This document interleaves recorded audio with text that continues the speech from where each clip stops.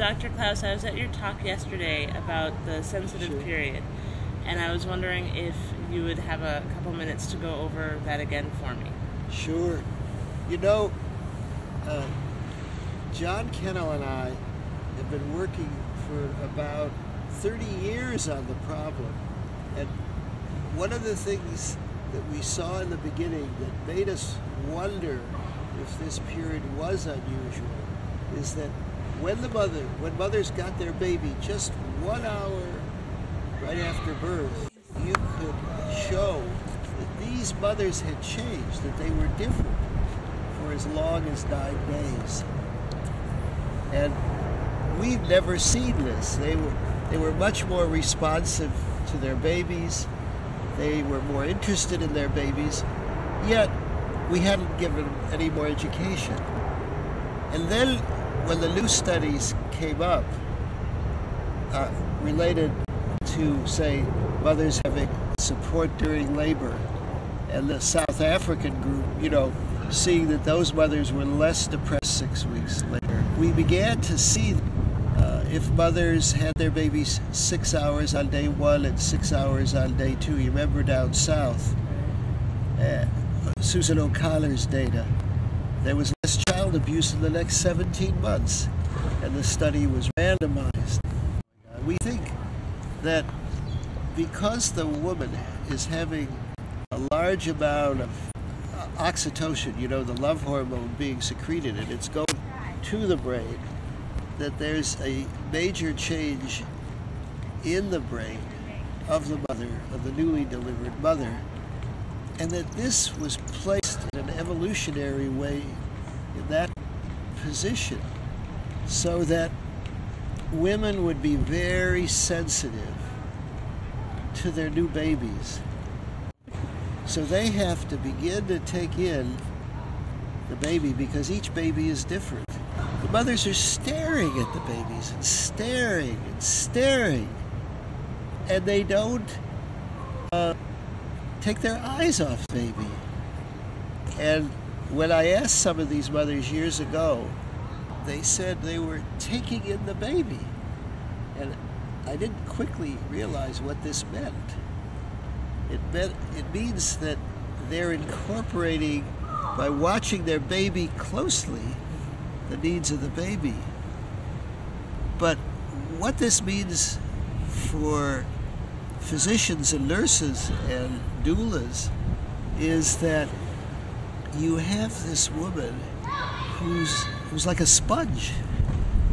And the more caring we are of this woman, she incorporates that care that we give to her, and it becomes the care, the quality and the kind of care she gives her baby. And I think that what stimulates this especially is the doula. Okay.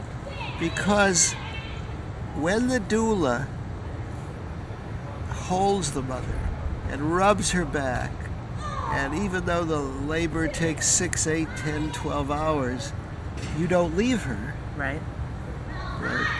Then you're with her, and even though you're exhausted, you stick with her. So very few people have ever been cared for like that. So she starts to feel very warmly towards you, and then she takes in the way you cared for her, your gentleness and your caring, and then she applies this to the baby. And the more caring we are, she rises. 6 weeks later and 2 months later, she's still different. So she incorporates your qualities, but then applies it to her baby.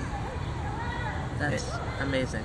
If you have your baby right after delivery and it never leaves your bed, those women in 3 different countries less often give up their baby. Right. Now, in Sweden, there's a woman, Kirsten Uvles Moberg, who has an idea how this works. Okay. That right at the time of delivery, you have a lot of estrogen receptors in your brain for oxytocin, and you get, in a sense, an oxytocin high. where you're relaxed and open to new things. But I think that just as when you're in a sensitive period, it means that you're mobile emotionally. So that if you had a traumatic birth, you didn't have a doula, or somebody was mean to you, it can be destructive, hurtful to you. But if you're sensitively cared for, or if you have a difficult birth, but a doula who's with you every minute, then you are able to go up in your level of functioning permanently, I'm talking about. Okay. So the sensitive period suggests that we have to change obstetrical care to make it as humane as we can. And the doula is an ideal person to model not only for the mother, but you can model for pediatricians like myself, and you can model for the nurses, for the obstetricians. And when we see the kind of care you're giving her, we're going to start to think about, why are you doing this, And then if we start to have more papers on the sensitive period, then everybody that works with mothers will realize they're very powerful.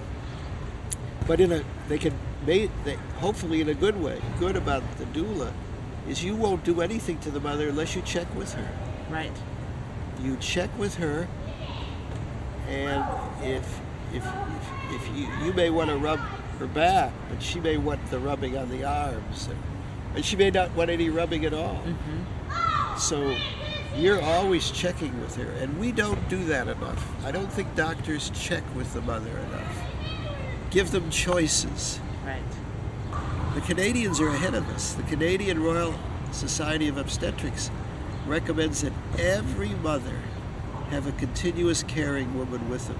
I would say every doula that we've seen is very gentle and caring. You have to remember that you're a powerful person, and because she's in this unusual state of consciousness. What do you see as the primary benefits from having this caring influence during that sensitive period? And one of the biggest things is that mothers who are cared for the way you're caring for women there's a chance that she'll be a lot less depressed. And there's data to support that, less anxious. And I think she will take the care of her baby using some of the care signals that you gave her. I visited a close friend some years ago, and I was surprised that she did this well with 2 active twins. And I asked her, how did this all work out? Because I knew that you like to keep things in order, and babies don't keep things in order. She said, well, when I had a doula for the twin birth, doula was just wonderful with me. And when I got upset, she became more relaxed and tried to help me through it. And now when the twins get upset, I try to help them through it, but I don't get upset. I become calm, like my doula. That's real, by the way.